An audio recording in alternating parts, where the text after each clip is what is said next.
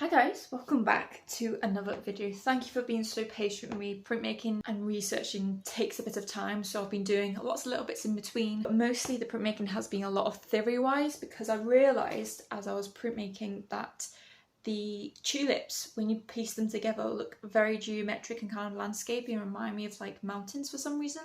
So I've been running with that and trying to make sense of it.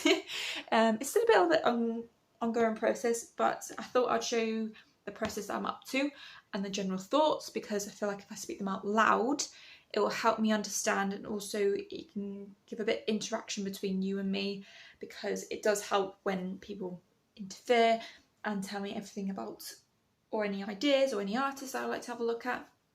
So if you're not up to date, I have been doing a lot of backgrounds to help me kind of justify printing on top of paper, because I don't want to just print on top of normal unused paper. I don't want it to be pristine or have no like version of textures and marks. I want to be a bit more difficult, because I feel like tulips just printed by themselves, it can be nice, don't get me wrong. However, that is not what I'm in the long haul for.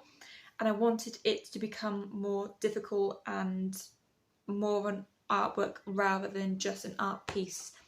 And I just didn't want it to be a print full stop. I wanted it to be a print and some. So what I did, I printed up some backgrounds using some leftover printing ink that I just simply reactivated with some water. Printed on some paper that I had hanging around where I've either used the back, used the front, and just printed on top of it. Got rid of any excess ink. Found that the textures are lovely to use. I have done this process before and then decided to draw on top of them with still life paintings, or put in spare acrylic paint on top of them as well. And they always make such interesting textures because they are being reactivated. You don't get to choose what is printed on top and what is processed or transferred over from the perspex onto the paper. That being said, after I've tried and all lovely, I've started coming up with ideas. So this is just one. It is a portrait version, so I'm just going to swivel it around just for now. And I started printing the red liner prints on top. I decided to go for red because that's the general colour that they are. I wanted to incorporate the fact that how funny it is that I got told that they are black tulips but turn out to be red or pink. So I wanted it involve black somehow. Didn't know how, but I'm still working on it. This one actually has a black background, so that kind of helps. I printed a bit of white on top just to give it a bit of texture and form, and this has worked to some degree. So this is the complete version. I realised very quickly that I should have got them touching, so you can see there's a bit of a gap where I prefer it, because it comes very much interlocks and it flows a bit better. However, I do like this. This is a starting point, thinking already of printing back over it. Not like the whole thing, but a section, just to break up these two sections to make it a bit more collagey, and then I can cover up a bit of this and reprint on top of a different colour, or just do something different completely. I mean, I could probably put a blue slab in between here and then reprint back on with the red and connect them again. A bit like Frank Auerbach. I think his name is popping up a bit more frequently, so I think I need to research him a bit more. I have done research previously with him in the last few years, more towards the painting rather than the printmaking process. But anyway, this is the one that I started off with. I am starting to like it. I do want to keep parts of the paper exposed. You can see the drawing that's slightly underneath. I made a mistake by doing it portrait. I don't know what it is about landscapes and doing it portrait. I have no idea why. But the other mistake I made as well is printing on top of it, and it just became this weird pattern. So I need to make sure they do touch but they don't overlook, because it just becomes a bit too much. And if there is natural gaps, just leave the gaps as it is, because they won't draw so much attention. But because this is just a trial piece, I can literally just go back, reprint on top of it, and then carry on. In terms of trying to make it a portrait or landscape, I'm not sure. I'm always gravitating towards portrait. I don't know why. I think it's just, you can get a lot of information within a portrait, whereas landscape tends to be more painting wise, and all the other mediums tend to be portrait. Don't ask me why. If anyone knows why, then please let me know, because it's driving me insane. So this one I probably will just print on top of it. Maybe yellow. I'm thinking yellow. But I'm also thinking of getting coloured card, because I have found when I'm printing on the paper it comes out really pristine, and the white does seem to work to some degree, but the darker colours, which I'll show you in a minute, don't seem to come up as well, and I think it's because the pigments are so dark that they just don't transfer unless they're like pristine prints, which is not something I'm going to get when I'm doing hand printing. So I might actually have to invest in some coloured card. I'll still use a leftover ink, but I just won't print on top of it, and I'll be a bit more controlled in terms of the composition and then before printing on top. This is still doing something for me. I still really like the background because there was a nice little line here, horizontal line, which I wish I'd move this up a bit more to try and make it a bit more landscapey, because I was thinking maybe it could be like mountains or something.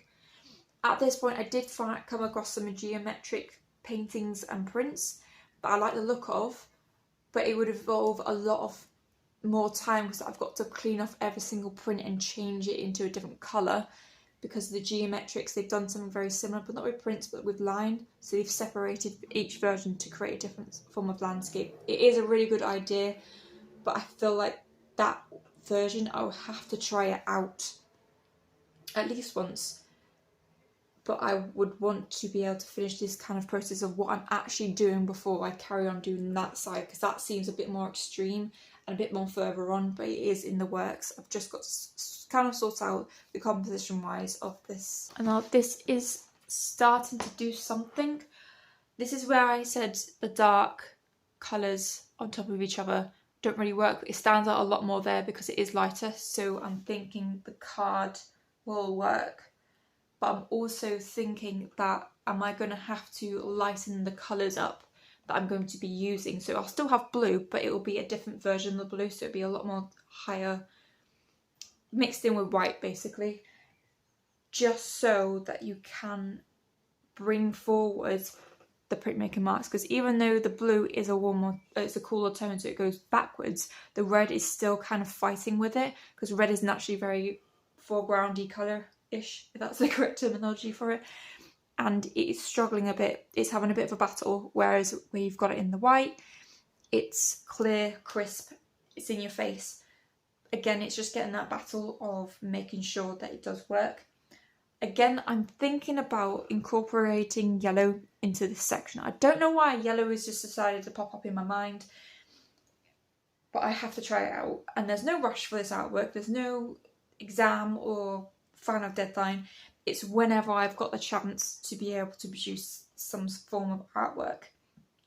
And that for me is the best thing ever, because I had put a lot of focus and pressure on myself to be able to just whack out artworks here, there and everywhere and make sure they're like worth it, where sort of like when you're at university you kind of expected at the end of the year to have a masterpiece that will tie off the year.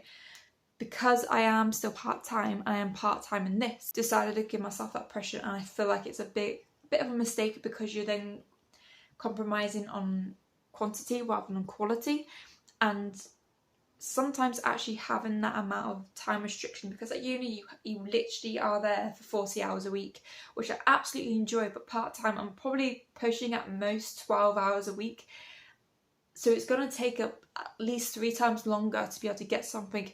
Yes, I am doing multiple projects, which does help, whereas at uni I was just doing one project, so there is a bit of variation. However, it's still trying to make sure that I'm not rushing into things, because that's when the wastage, not just time, but also materials come to play, because materials can be expensive if you're not wise about it. And I think that's why I like reusing prints, mediums, paintings, all the above, because it's part of who I am. So that being said, I am going to line up some boards and we're actually going to print onto this. It's not all going to be wasteful. And I feel like it's just nice to be able to show you what kind of process. I can say it out loud, but you might have no idea what I'm on about. So I will line up the board, or spray it and print onto the paper. I want it to be crisp compared to the rest of it, which is very blocky and grainy. I want it to be crisp. So I am going to line it up with the yellow, which I'm going to grab now.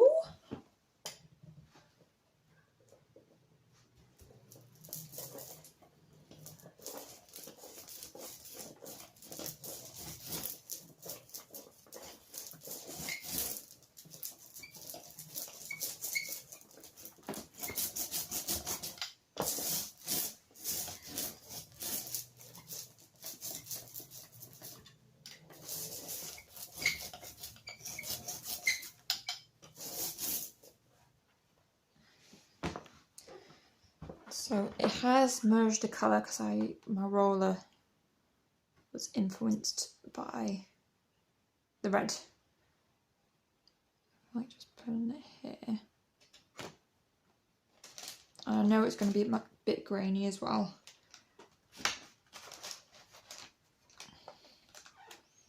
Because I have added water and it's not just pure paint, which I don't know whether or not is a good idea or not yet.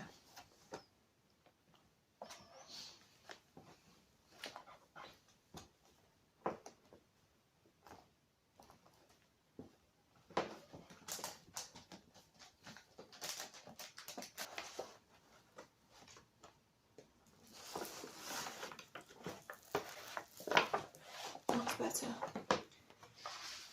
So it's still a little bit grainy, but it's so much better.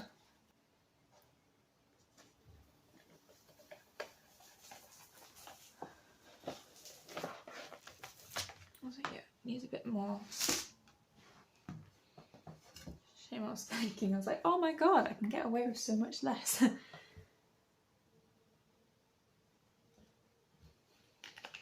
It is really nice though to be able to use these types of colours, just because often you can get caught up in black and white.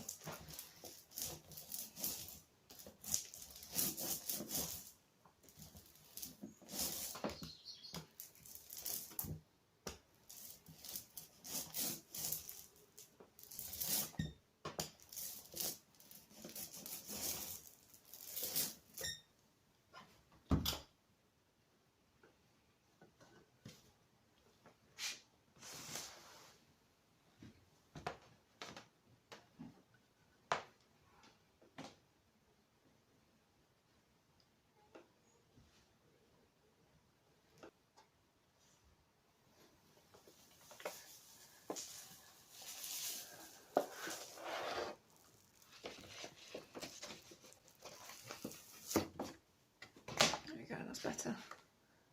When I print on top, you'll fill in some of the gaps as well. I've just got one more.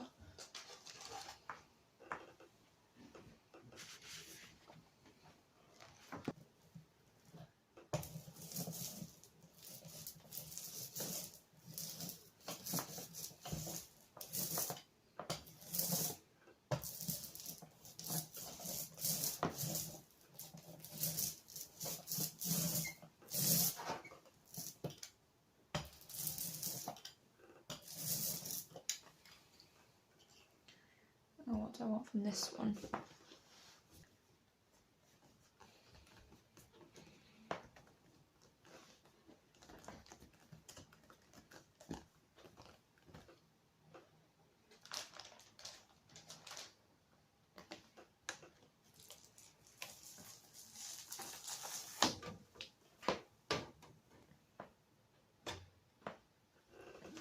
Print. Should be ready to go.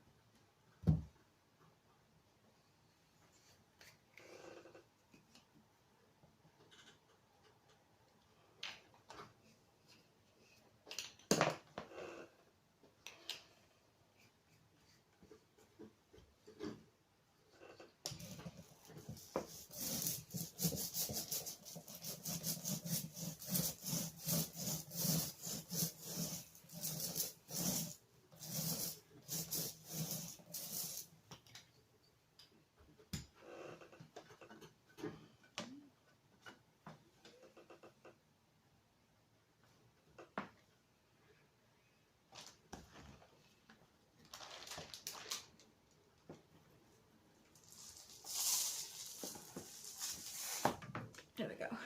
That's better. Okay, I'm going to leave it at that.